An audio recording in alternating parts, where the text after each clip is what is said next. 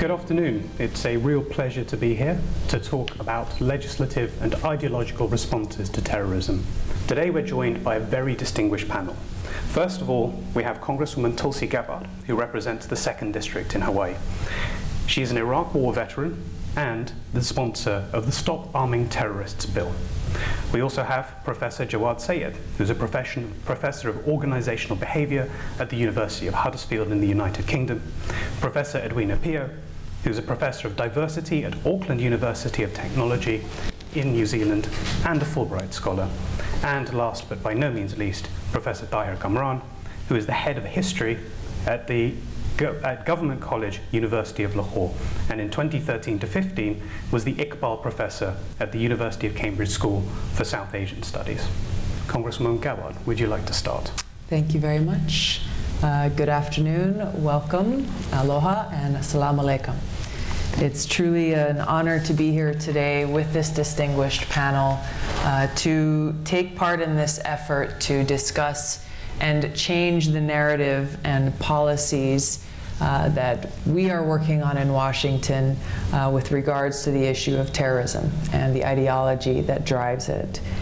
I first want to say thank you to the organizers, to the Interfaith for Unity and Tolerance, and of course for everyone for taking the time to be here today. There are many different elements that I know that we'll get into discussing in great detail, but I'd like to mention first the bill that I've introduced, a bipartisan bill in the House of Representatives, as you mentioned, called the Stop Arming Terrorists Act. This bill has also been introduced in the Senate by my colleague, Senator Rand Paul, and essentially it's a bill that does what the title says. It would prohibit the U.S. government from providing any type of training, money, assistance, or logistical support to armed militants who are allied with or even often working under the command of terrorist groups like Al-Qaeda and ISIS. We are seeing this happening today in places like Syria and Yemen, in addition to our government funneling money through countries like Saudi Arabia and Turkey and they're providing that support to terrorist groups. So my bill, very simply, would put an end to that madness. And we can go into it in a little bit more detail later. But we've seen, unfortunately, the tragic consequences of our failed interventionist policies, both in this regard, but also with the various regime change wars that we've led over the years, most recently in Iraq, Libya, and Syria. We've seen how in each instance these wars have resulted in either the creation of or the strengthening of these terrorist groups, and therefore inflicted immeasurable death, pain, and human suffering, what to speak of the chaos and instability as well. Just in this holy month of Ramadan that will soon come to an end here, where Muslims around the world are fasting, spending time in prayer and increased devotion. Unfortunately, we've seen a rise in terrorist attacks in different parts of the world, from Baghdad to Kabul, from Brussels to London, and even here at home in the United States. We've seen vicious attacks that have killed or wounded hundreds of people. It's unfortunate there are so many examples of this, but it points to the fact that after 16 years since the attack on 9/11 occurred here in New York City, we are farther than ever from achieving peace and defeating these terrorist groups who launched that attack on us. In fact, you can point to our entire approach to combating terrorism and find all of the ways that it has been counterproductive. So instead of actually making us and the world safer, it has created more chaos and instability and death and suffering. It's the ideology that we're going to be discussing here today of intolerance and hatred of those who choose to follow a different path or worship a different God or even love in a different way that is at the heart of this. So there is much action that needs to be taken. Yes, there is military action. Yes, there is change in policies and politics. But there is also action that must be taken to defeat this exclusivist ideology that is driving these terrorist groups like Al-Qaeda and ISIS to conduct their vicious and horrific attacks. Thank you very much, Congresswoman. Professor, would you like to open your remarks? Thank you, Kaz. First, I would like to offer a brief update on my affiliation. I used to be at the University of Huddersfield, but now I'm at Lahore University of Management Sciences. So in addition to what Professor Tahir Kamran already said, I would like to provide a perspective on the book and the book's project, its motivation and its contribution to the discourse on terrorism. Back in 2015, Professor Tahir Kamran, Professor Edwina Pio, and another co-editor, Professor Abbas Saidi, who is at University of New South Wales in Australia, and myself, we got together and we agreed that we were not happy and we were not satisfied with the current discourse on terrorism in the mainstream media and academic scholarship. So exactly along the same lines which Representative Tulsi Gabbard is currently pursuing in Congress, we thought that there is a need for a clear discourse and there is a need for clear identification and engagement with the sources of terror. And that's how this book's project came into being. So there were a number of false binaries which we wanted to clarify or highlight. The first false binary which we wanted to highlight through this book and through other scholarships was Islam versus West. That terrorism is an outcome of Islam versus West tensions. So that is something which we do not agree with. That is something which we have clarified here. The second common binary which is often presented in the mainstream media is Muslim versus Christians, or Muslim versus Jews, or Muslims versus Hindus, or Muslim versus non-Muslims. We do not agree with this binary, and we have shown through empirical data as well as ideological discussions that victims of terrorism, they include both Muslims and non-Muslims. In fact, majority of victims, they happen to be Muslims, and within Muslims, the majority of victims happen to be Sunni Muslims. The third binary which we did not agree with and we wanted to confront was Sunni versus Shia. Often in mainstream media and scholarship, terrorism is presented as a Sunni versus Shia problem. And through empirical data, we have demonstrated that terrorism is much wider than that. It's not only Shia Muslims, or it's not only Christians or Ahmadis, but also Sunni Muslims. In fact, the majority of victims happen to be Sunnis. And the majority of perpetrators, in fact, exclusively all perpetrators, they happen to come from Wahhabi, Salafi and Deobandi communities. This is empirically proven through various databases within Pakistan, also across the world. Another thing, another binary which we were not happy with, which we still consider is a simplistic binary, is a Saudi Arabia versus Iran binary. We think that this is not an accurate descriptor and description of terrorism, and despite our disagreements or agreements with the policies of these governments, both of these governments and their respective citizens, they are also victims of terrorism.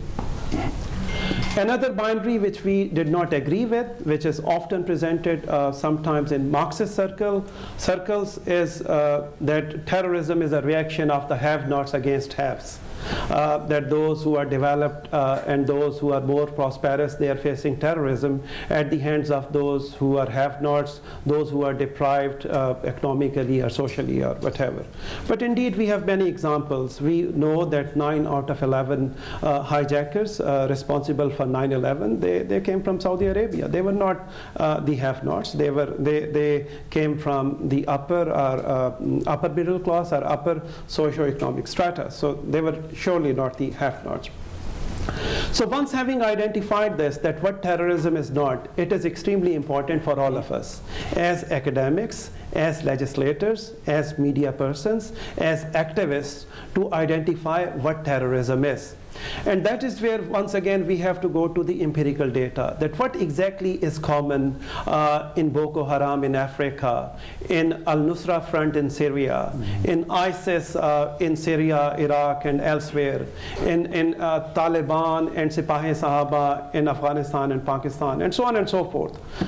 What exactly is common? The only thing which we were able to identify which is common is the Salafi, Wahhabi, and Deobandi ideology. Now, Deobandi ideology, as Professor Kamran very accurately described, has been influenced by a jihadist and puritanical version of Islam, which is very much akin to Wahhabism or Salafism.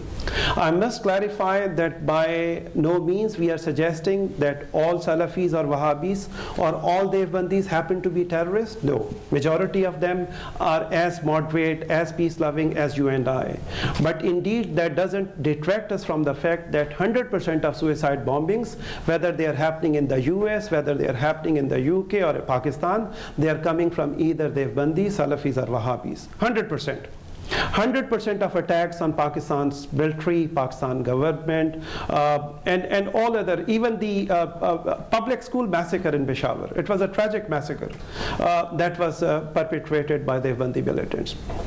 So therefore, it is important that once for all, we must not use generic sweeping terms such as Islamist or Muslim terrorists. We should specify them that these are extremists within Salafi, Wahhabi, and Deobandi communities. Clear identification is step number one. And step number two is now we need to engage with them. We need to try to reform them. We need to try to very carefully look at what exactly is being disseminated through their madrasas and through their mosques and through their literature and through their social media. And we also have to be very careful about, in terms of government support and funding, that what kind of groups are those which are currently being supported by our respective governments. And that is where Representative Tulsi Gabbard's bill is very much relevant, because indeed we are heartbroken when we come to know, and things are documented, that unfortunately due to some mishandling of policy, some of the US aid or US weapons have ended up in hands of Al-Nusra Front in Syria, and indeed we are also not happy with the what do you call it, very expensive arms deal with Saudi Arabia, Qatar, and all those countries. These countries also have to be more responsible. These countries themselves, they are victim of terrorism. Only yesterday, an extremist terrorist, he tried to explode himself in Mecca, the holiest place, the holiest mosque of Muslims. So I think that Muslims, including Sunni, Shia, Sufi, Salafi, and Deobandi Muslims, they have to understand that these Takfiri, Deobandis, Salafis, and Wahhabi extremists, they do not represent anyone.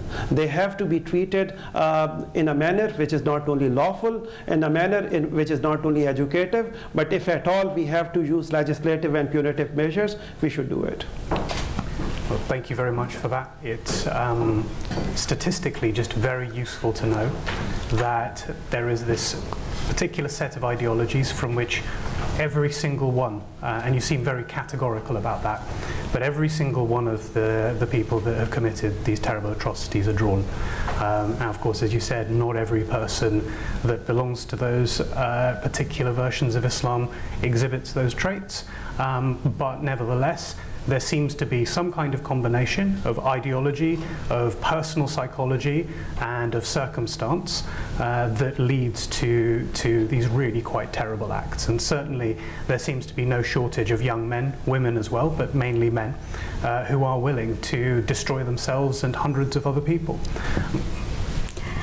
Namai Harimai, Tenakotu, and welcome. I'm speaking right now in Tirio, the indigenous language of the Maori, and I live in New Zealand, and I got involved with this book and with my wonderful co-editors because I thought, one, it was important to have a voice that was a feminine voice, a feminist point of view, a woman's voice. Two, I think it's really important that Muslims in general, Muslim men in general, are not demonized. And it's from that point of view that we have a chapter in there on Christian persecution in Pakistan. Also Christians in many parts of the world, for example in Egypt, in Pakistan of course, have been raped, have been shot at, their shrines have been desecrated. And again, it's not Islam in general, but it's a particular group of people, as my colleagues mentioned right now. As a mother, and as many other mothers around the world, I know in New Zealand, the most peaceful country in the world, a number of mothers, Muslim mothers, get up in the morning, reach for their cell phone, and check out to see if there have been any atrocities around the world. Because they need to prepare their children for when they go to school to be able to respond to the fact that a number of school children and teachers as well might believe that they are responsible for these atrocious acts. Consider also another mother in another part of the world who's just said her prayers, her namaz, and she and her husband are concerned about their highly educated millennial children or young adults. Is one of them going to be a jihadi bride? Is one going to be a suicide bomber? These are issues that anguish people and that hurt people, and we have a wounded consciousness etched into the memories of the collective unconscious in many parts of the world. If you look at what happened, for example, in Australia, Sydney, the Cronulla beach riots, if you look at what happened in Bali, the terrorist bombings over there, Manchester, London Bridge, a host of different places where mothers, fathers weep over what has happened, and where Muslim mothers and fathers, unfortunately, are not necessarily profiled by the press in ways which show them as being positive. All Muslims are not terrorists, which is really the purpose of our book. And while it's not a red book, we hope that it will become a manual for being a blue book and you know, exploding a number of myths that are there. And in this context, I would like to mention three main aspects. One is we tend to forget that all of us as humans are part of a diversity discourse. We need to move away from, if I use Amartya Sen's terminology, the miniaturization of human beings, where we see people only through one lens, as being either a Muslim or a mother or a father. And if I look at myself, I'm a mother, I could be a follower of a particular religion, I could be a scholar of color, a poet, an artist, etc. So I'm all of these, but I might choose to pick up a certain aspect of myself for a certain situation. So that's the first point I want to emphasize. The second point I would like to emphasize is that education, right from primary up to universities, as well as induction programs in organizations, be they in the civil sector or in the private sector or the public sector, need to emphasize the creation of rationally compassionate disruptors. We have to be able to look at issues from a number of points of view. And the third aspect I would like to emphasize is the importance of securitization in tandem with social cohesion. We do need laws, but we also need to see that we build up capacity.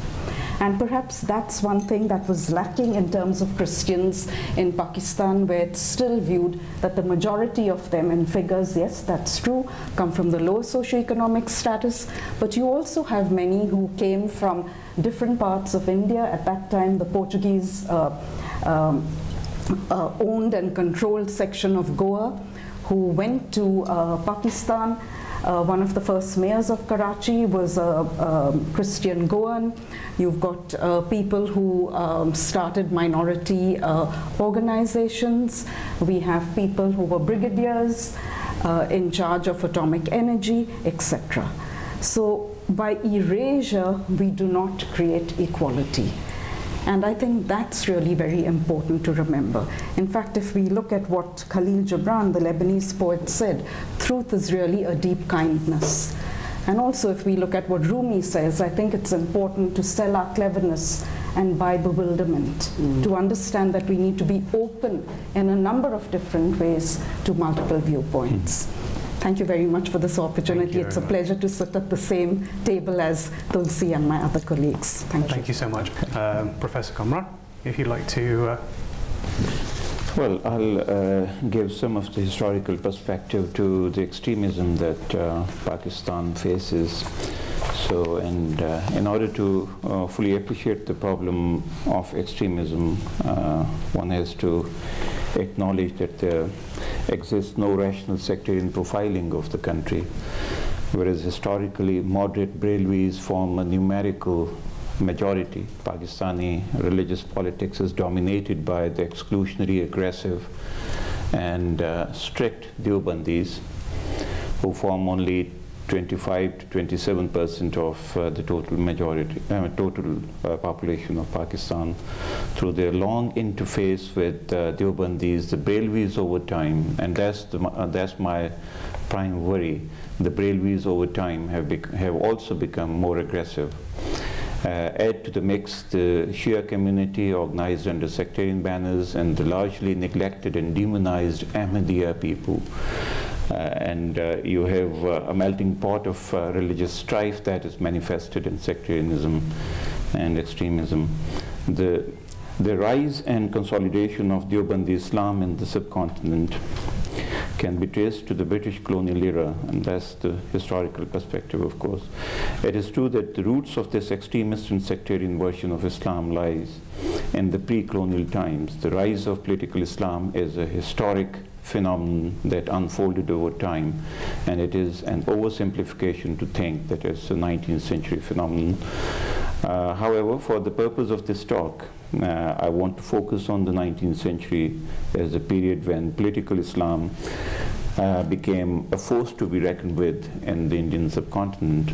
An 18th century Islamic scholar, Shah Waliullah, sowed the seeds of the Muslim sense of superiority and urged Indian Muslims to assert their identity as a religious group, looking towards a unified conception of the Islamic Ummah transcending the geographical confines. He invited Ahmad Shah Abdali to attack Hindu India to establish Muslim empire. It was this thought pattern of exclusion and hatred that made religion a paramount force in the social life of India. Whereas before this, there was a culture of pluralistic acceptance of cultures, religions, sects, and other markers of identity. The Islam that Waliullah brought shifted the focus to religious ritual based on a belief that Islam had been polluted by its acceptance of other influences and needed to be purified. We were talking about this conception of bid'at, that is invention or the deviation from the accepted path of Islamic purity. And Shah Waliullah was the first one who started talking against this bid'at. That made the whole discourse of Islam ahistorical. It cut it out from the history or the changes that history wrought on the religious tradition. This shift in 18th century India is best understood as a change from shrine or dargah centric culture to the mosque or madrasa centric culture. The Sufi or caretaker or spiritual guide at the shrines used to be men of an accommodating disposition. The dargah would act as a community center, particularly in rural or semi-rural cultures. It was a place where people could come for free food, which was called langar, shelter, and even an amenity like free oil to burn in their clay lamps at home. The shift to madrasa displaced the shrine as the center of community life. Initially, the mosque became the center of community gatherings as well as a place for shelter. When the British Empire was firmly established in India as a result of 1857, a strong indigenous reaction sprang up from the religious classes in India. It is critical here to note that the reformist movements were not only limited to Muslims, and Hindu reformist movements like Arya Samaj also encouraged the same kind of exclusion and hatred that Muslim reformists did. I will, however, only highlight the role of Darul Uloom Deoband, which was established in 1867. This was the real and logical culmination of the exclusionism initiated by Waliullah. The primacy of the madrasa had already started to be accepted, but particularly as a consequence of the rise of Deobandi Islam, the Muslims of India were pulled away from the pluralistic and inclusive dargah culture towards the culture of hatred revolving around the mosque or the masjid. Most importantly, Islam in India became centered on scripture, Quran and Hadith, particularly Hadith. Hadith is the tradition of the Prophet.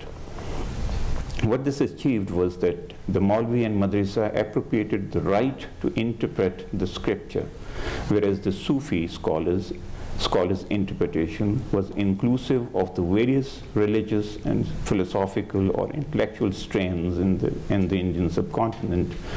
The so-called religious scholar shifted the focus to a unified, singular, and uncontestable version of Islam. This was all due to the rise and popularity of Deobandi Islam. This Islam was turned into religion of rituals.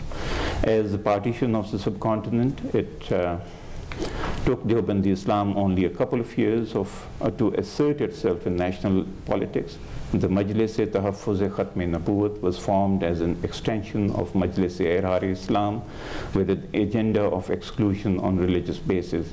The Ihrar, dominated by Deobandi clerics, had not only been supporters had not been supporters of Pakistan, they were anti-Pakistan at the very outset, had not been supporters of the Pakistan movement, and were relegated to the margins after Pakistan was created.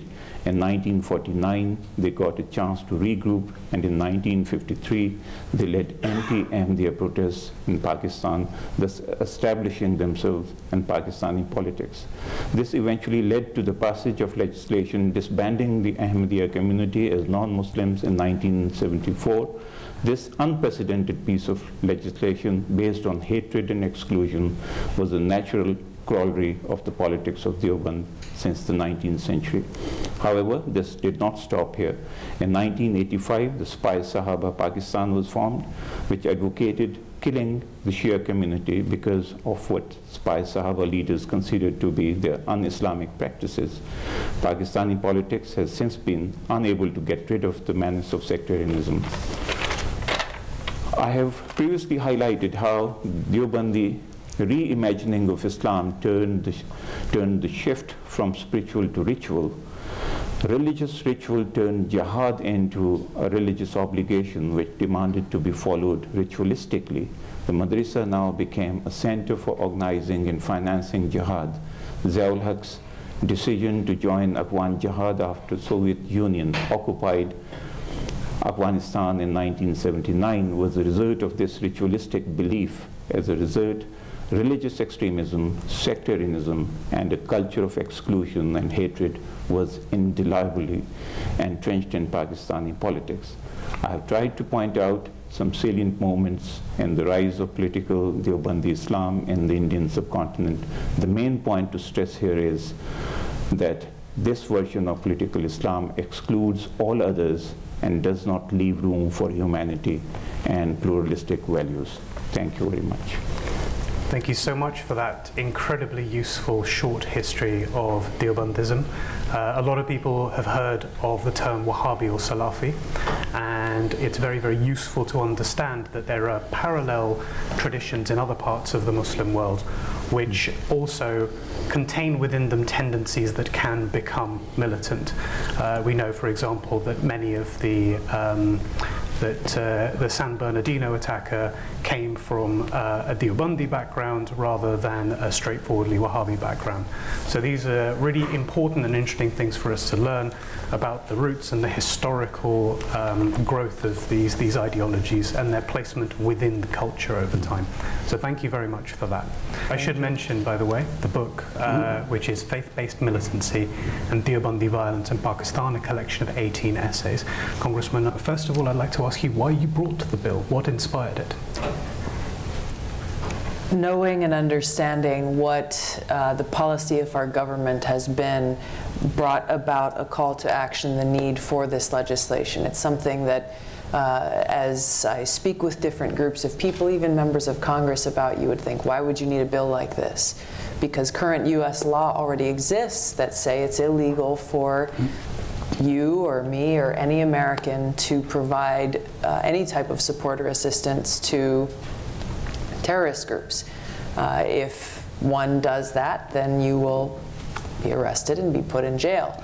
But the problem is that our government has been violating this principle now for years through CIA programs specifically that has been providing different types of arms and support, intelligence and other things to armed militants in Syria who are allied with and often working under the command of what has been known as al-Nusra or al-Qaeda's branch in Syria, all in this regime change war that continues to be waged on today in Syria by the United States, Saudi Arabia, Turkey, Qatar, and these other countries.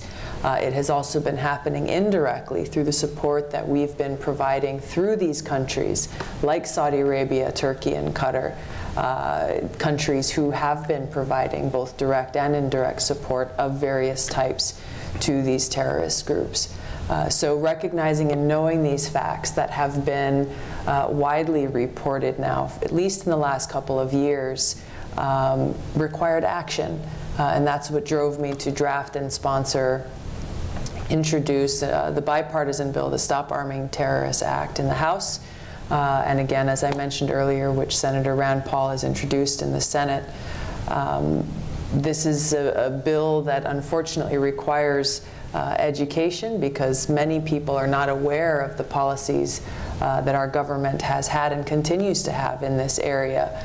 But it is something that once people are aware of is common sense, that we need to get Congress to support and pass this bill and bring about an end to this madness that has resulted in the strengthening of the very terrorist group that was responsible for the attack on 9/11, that continues to be responsible for the unimaginable human suffering and death that we've seen in many different parts of the world, specifically in these countries like Syria and Yemen, where the humanitarian crisis is difficult to grasp. The recent massive arms deal that the United States has just struck with Saudi Arabia is another example of this, compounding the support that we've already been providing in that proxy war that is occurring in Yemen, where the Yemeni people are suffering as a result. We know that there is support being provided to al-Qaeda in Yemen from Saudi Arabia with our assistance in this war for the leadership of Yemen. So there are many different examples, unfortunately, that brought about the need for this legislation, the urgent need for it to be passed. Thank you so much for that very comprehensive answer. My final question to you is, what was the reception among your fellow congressmen and women when you brought this act? It's been mixed. Again, there are many members of Congress who are not studying very closely what's been happening in these countries and are not aware of the situation. There are some members of Congress who were immediately committed to signing on to the legislation and helping to get it passed. And unfortunately, there are others who are aware of the situation, but who have a different set of priorities and who believe, well, it's more important to conduct a regime change war than it is to make sure that we're not actually providing arms and support of various types to jihadists who are fighting this regime change war. So it is a very wrong-headed set of priorities, in my opinion, where our policy has clearly not only been counterproductive to our interests and the safety and security of the American people, but it has also been counterproductive to the people in these countries, like Syria and like Yemen, who are suffering gravely as a result. Congressman, we really, really appreciate your time and your much. efforts on behalf of the American people and indeed the people who are suffering all over the world. I just want to thank everyone here, and I know Congressman Gabbard has taken a lot of time for us, but I just want to say that the future leaders of the world and the United States will be like Congressman Gabbard. I wish Tulsi all the best. Our prayers, our good wishes are with her. I hope she continues to lead the discourse which will bring peace to the world. And the only way to do that is to work with the academia, to work and promote books and promote writings and promote research which clearly identify the ideologies of the culprits. We do not need to get into these old narratives where, as Professor Jawad Saeed so eloquently put, that we have these false binaries and false narratives that don't work anymore. We have to identify correctly that, as an example, 2 chapters in the book refers to the Deobandis in the UK. 40% of the mosques in the UK are Deobandi. As members of the press here and online know that there have been a lot of terrorist attacks in the UK, and they're all done by, unfortunately, Deobandi militants.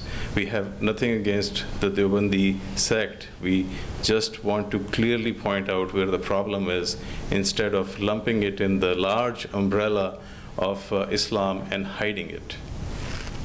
That's what the book does. That's why IFUT was created.